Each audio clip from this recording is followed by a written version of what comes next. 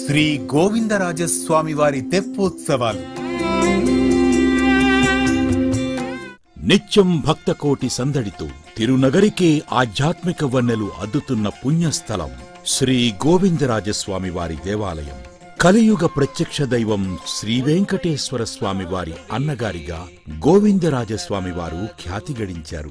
శ్రీ వెంకటేశ్వరుడి వివాహ సమయంలో కుబేరుడి వద్ద అప్పుగా తీసుకున్న ధనాన్ని గోవిందరాజస్వామి వారు కొలిచి కొలిచి అలసిపోయి దిగువ తిరుపతిలో ఆదిశేషుడిపై శయనించినట్లు ఐతిహ్యం. గోవిందరాజు కొల కొల నేగి వచ్చే గోవిందరాజు కొలువై ఉన్నాడు వీడే గోవిందరాజు.